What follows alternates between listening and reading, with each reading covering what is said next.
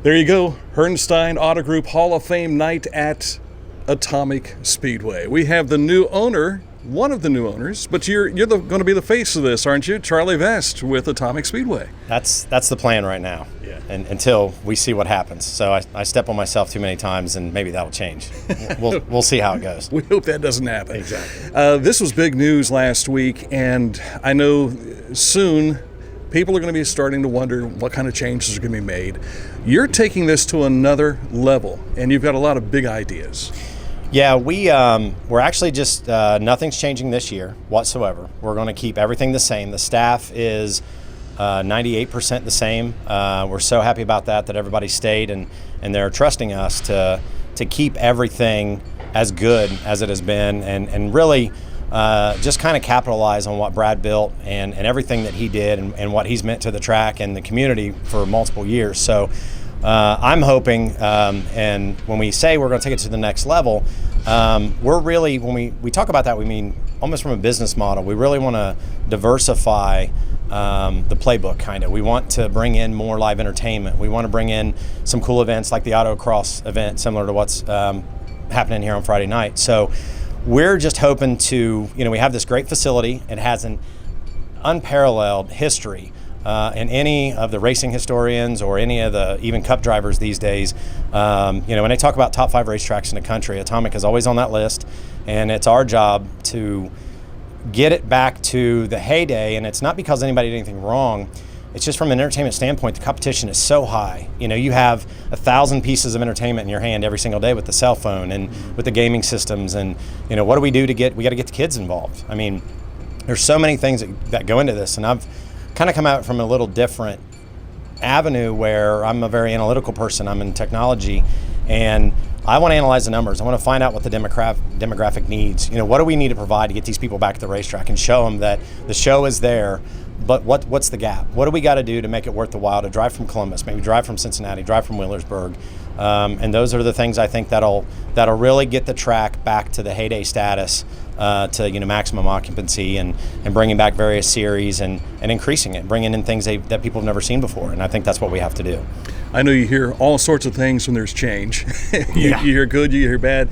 Much of it is off of information people don't really have. They just have opinions. So that being said, what kind of feedback have you had that you've enjoyed and would like to share? Well, that's interesting.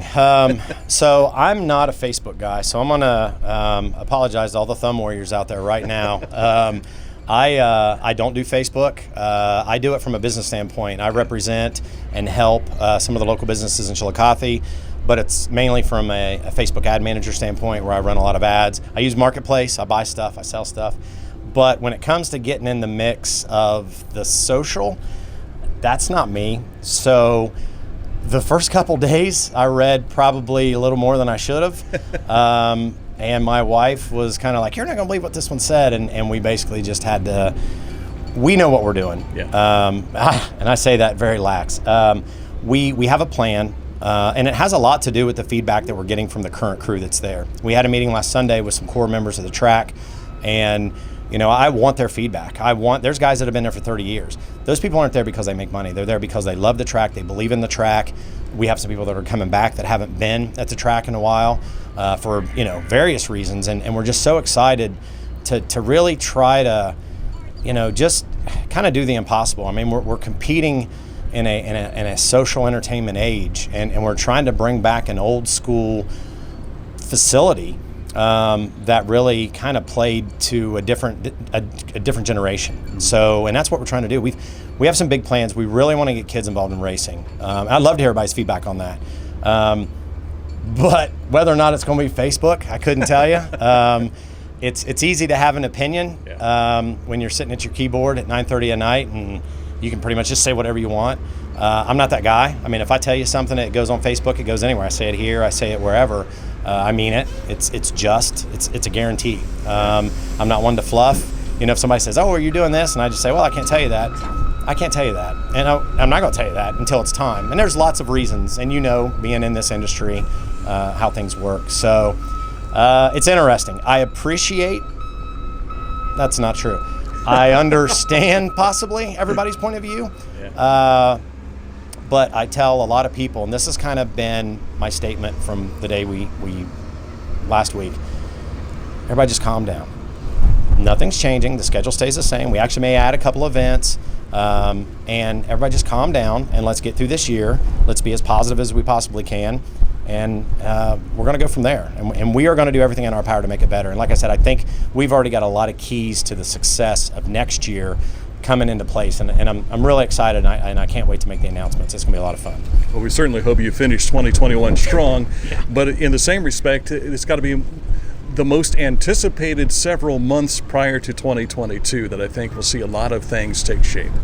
Yeah, and I think that's a fair statement. I think there was a lot of anticipation when Brad took the track over, and you know, he really had it in front of him. He had a much tougher road. He has been a true professional in helping this transformation or this transfer, and we can't thank him enough for trying to help get all the pieces and parts and put things where they need to be.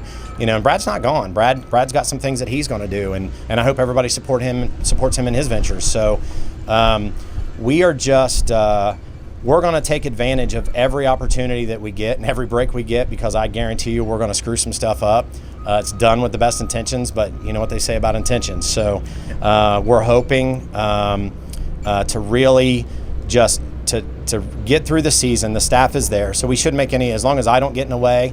The staff, they're all professionals. They know what they're doing. They've ran this track. Most of them have been at this track for more than 10 years. And I like to say Brad's Uncle Fred, who does everything at the racetrack, he broke his hip last week, and that could have killed us. I almost just said, I can't do this deal. Fred's gone. But we wish him the best. I can't wait for Fred to get well, and you know, and I'm really excited, because I love that track. I grew up in Knockemstiff. Everybody, I'm sure, will figure that out. Went to Huntington, so I'm a huntsman, and I left, but I'm back. So hopefully we do the best that we can for the track and the community.